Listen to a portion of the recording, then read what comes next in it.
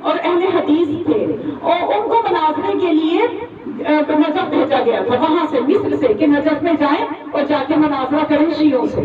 تو یہ جو حافظ سرور ہے، انہوں نے کہا کہ چلو ٹھیک ہے، ہر جگہ پہ مناظرے جیت رہے تھے تو اب شیعوں سے مناظرہ کرنا تھا۔ تو کہتے ہیں کہ میں نے سوچا، ابھی بعد میں شیعہ ہو گئے تھے، واقعہ بہت لمبا ہے، کبھی کسی اور جگہ سناؤں گی۔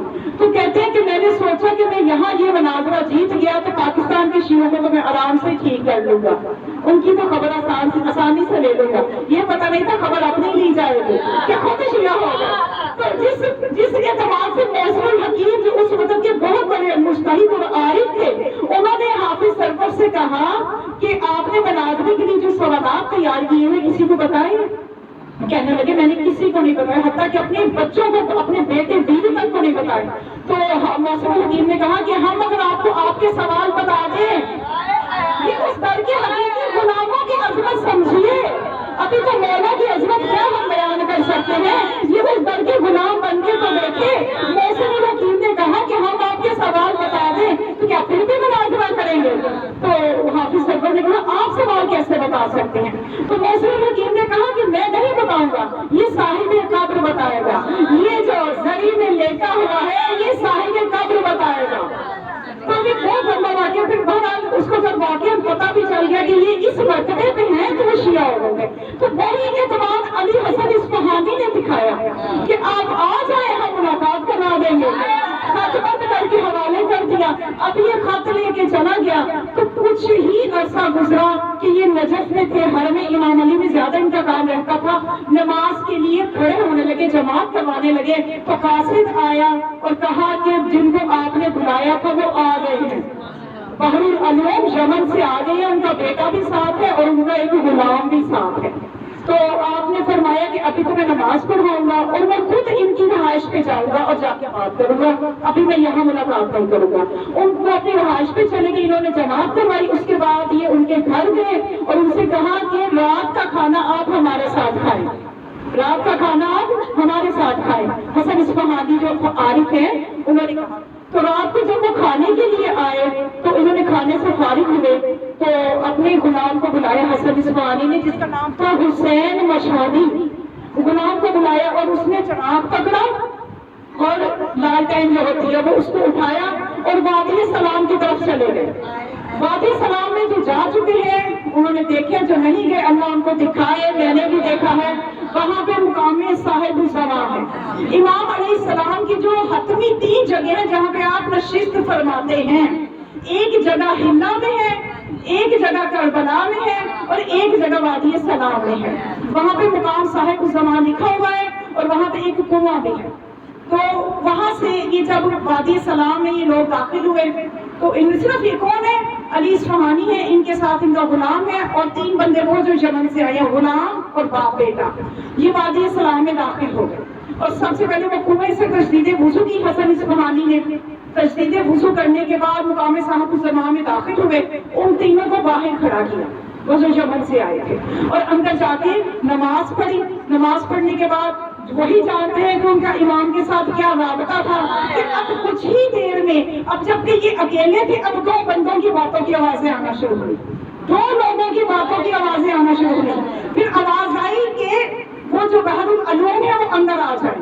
بیٹے نے چاہا میں بھی چلا جاؤں تو وہیں سے آواز ہے بیٹا نہ آئے، صرف بحر العلوم آئے۔ تو بحر العلوم یمنی جو ہے وہ اندر چلے گئے۔ اندر جو گئے تو بیٹا کہتا ہے کہ میں نے دیکھا کہ اب 3 لوگوں کی باتوں کی آوازیں آ رہی ہیں، 3 لوگوں کی، اور کچھ ہی دیر میں وہاں سے نور کی کرنیں نکلنے لگ گئی۔ رات کا وقت تھا، سارا قبرستان تاریخ تھا اور وہاں پہ روح پرور منظر ایسا بن گیا، ایسا روح پرور منظر بن گیا کہ نور کی کرنیں پھوٹی۔ کچھ دیر کے بعد وہ نور مدھم ہو کے وہ نور ختم ہو گیا اور آواز آئی حسن اصفہانی کی کہ بحر العلوم کا بیٹا اندر آئے۔ اور جب وہ بیٹا اندر گیا تو حسن اصفہانی نے کہا اپنے باپ کو سنبھالو، بے ہوش ہو گیا۔ تو بیٹے نے جب ہوش دلائی، باپ ہوش میں آیا تو کہنے لگا، اس کے زبان پہ یہی الفاظ تھے، فرزند رسول توبہ، فرزند رسول استغفار، میں توبہ کرتا ہوں فرزند رسول، میں اپنے ایسے غلط عقیدوں پہ تھا، میں اس سے توبہ کرتا ہوں، اسی وقت حسن اصفہانی سے کہا مجھے شیعہ کرے، اور اپنے بیٹے کو بھی شیعہ کیا، غلام کو بھی شیعہ کیا.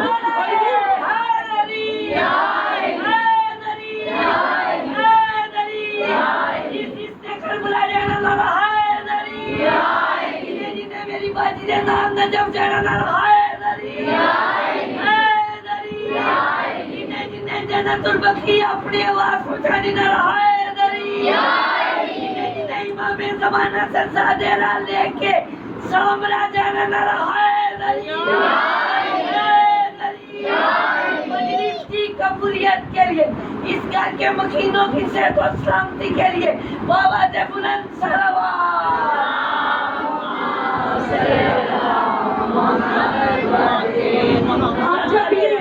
اب یہ اہل سنت ہے، لیکن مولا اپنی زیارت کروا رہے ہیں. اب یہ جب واپس چلے گئے یمن میں تو 1 سال سے بھی کم عرصہ گزرا، وہاں سے ایک شخص پھر آیا حسن اصفہانی کے پاس اور آ کے کہنے لگا کہ قبلہ آپ کے یہاں سے بحر العلوم جب شیعہ ہوتے گئے ہیں، وہاں جا کے انہوں نے شیعہ کے لیے اتنا کام کیا ہے کہ چند مہینوں میں 4000 افراد کو شیعہ کر دیا.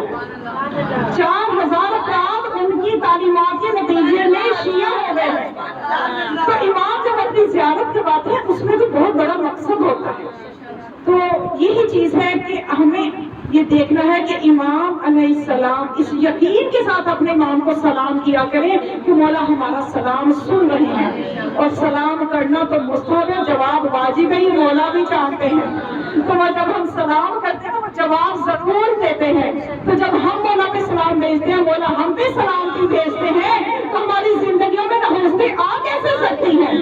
جب امام ہمارے لیے سلامتی کی دعا کریں گے تو بس مومنات یہ وہ امام ہیں. زیارت پڑھ کے جاتی ہے، لیکن زیارت کی سب سے بڑا سبب زیارت بہت، میں نے آپ کو بھی زیارت کے کچھ جملوں پہ میں نے آپ کے سامنے بات کی ہے کہ کتنی خوبصورت زیارت ہے.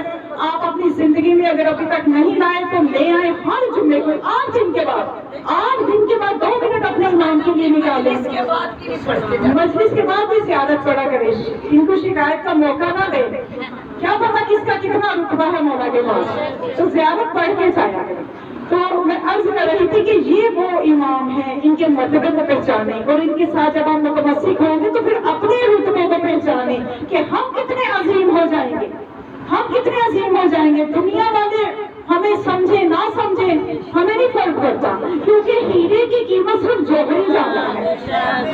ہم اپنے نفسوں کو پاکیزہ کریں گے، ہمارے جوہری ہمارے امام ہیں، وہ ہمیں پہچانتے ہیں کہ ان میں سے کس کی نیت کیسی ہے. تو یہ وہ امام ہے، یہ عظمت کا یہ مقام ہے کہ امام کا انتظار صرف ہم نہیں کر رہے، امام کا انتظار خدا بھی کر رہا ہے. قیامت رکی ہوئی ہے، امام کے ظہور پہ موقوف ہے قیامت. قرآن کی آیتیں امام کے انتظار میں ہیں، ان آیتوں کو ابھی تک تعویل نہیں ملی. امام آئیں گے تو ان کو تعویل تفسیر ملے گی. صرف ہم امام کا انتظار نہیں کر رہے، صرف ہم امام کو یاد نہیں کرتے. امام کو تو امام مظلوم نے روز عاشورہ یاد کیا تھا. روز عاشورہ اس وقت کے جب آپ دیکھ رہے تھے کہ اب میں دشمنوں میں گر چکا ہوں، اور جو امام کے ساتھ لوگ آئے تھے امام کا ساتھ دینے کے لیے وہ 72 نہیں تھے. میں نے خود تاریخ میں پڑھا ہے، ایک روایت میں وہ 2100 افراد تھے، 2100. لیکن امام کی غربت دیکھ کے ساتھ چھوڑ گئے، 10 کی ٹولیاں بنا کے ساتھ چھوڑ کے چلے گئے تھے، اور صرف 72 رہ گئے تھے. صرف 72 رہ گئے تھے امام کے پاس. اور جب ان 72 کو امام نے دیکھ لیا، آزما لیا، تو ایک تسلی کا جملہ مولا نے فرمایا کہ اے میرے چاہنے والوں، اے میرے حقیقی عزاداروں، تم تسلی رکھو. آج ہم پہ مصیبت ضرور ہے، آج ہم دشمنوں میں ضرور گھرے ہوئے ہیں، لیکن عنقریب میرے بیٹے کا ظہور ہوگا، وہ ہم میں سے ایک کی مصیبت کا بدلہ لے گا. یہاں تک کہ جب میدان کربلا میں مصیبتوں کے پہاڑ ٹوٹ رہے تھے، خدا کا عرش ہل گیا. عرش میں فرشتوں نے اللہ سے پوچھا، اے خدا یہ اتنا ظلم ہو رہا ہے زمین پہ، اتنا ظلم ہو رہا ہے. تو ان فرشتوں کی تسلی کے لیے اللہ نے امام مہدی کی تصویر ان کو دکھائی کہ یہ میری حجت ہے، یہ جب ظہور کرے گا یہ ان ظلموں کا بدلہ لے گا. امام کو کس نے یاد نہیں کیا؟ جب فاطمہ پہ گھر گرا، جب سیدہ پہ گھر کو آگ لگی، اس وقت بی بی نے بھی اپنے بیٹے مہدی کو یاد کیا.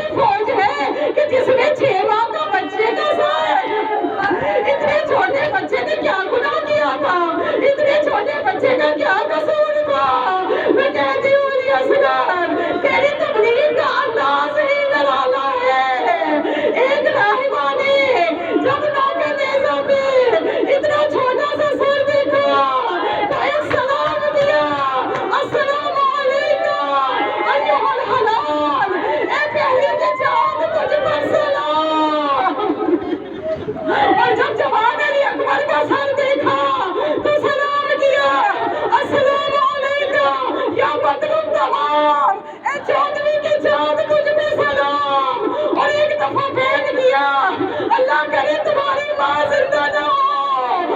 ایک بیوی نے پوچھا اے راہبہ ایسے کیوں کہہ رہی ہے؟ کہنے لگی اتنی جوان بیٹے کی موت ماں کیسے برداشت کرے گی؟